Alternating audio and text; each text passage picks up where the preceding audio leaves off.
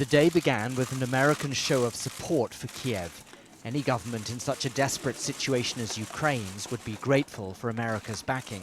So Vice President Joe Biden was warmly received.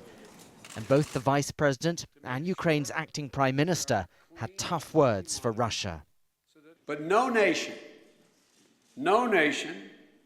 has the right to simply grab land from another nation.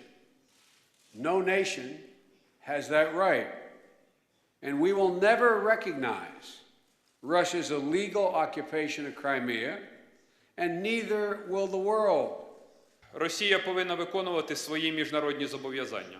Russia should stick to its international commitments and obligations. We demand that Russia fulfills its international obligations and not behave like gangsters in the modern century. І не поводьте себе як ганстери. The Americans are promising more support for the Ukrainian economy, for example, to help Ukraine reduce its dependence on Russian gas. But that will take time, and time is one thing the government in Kiev does not have. The latest news from the east is ominous. In the city of Slovyansk, pro-Russian groups say they fear an attack by government forces after Ukraine's acting president, Oleksander Turchinov, said the body of a local politician, apparently tortured, then murdered, was found near the city.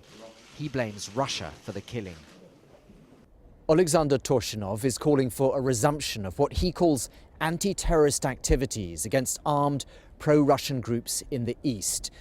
These had been suspended over the Easter holiday period. And so the Geneva Agreement, intended to de-escalate the Ukrainian crisis, is now in danger of unraveling before it was even implemented. Thank you for your strong support, Mr. Vice President.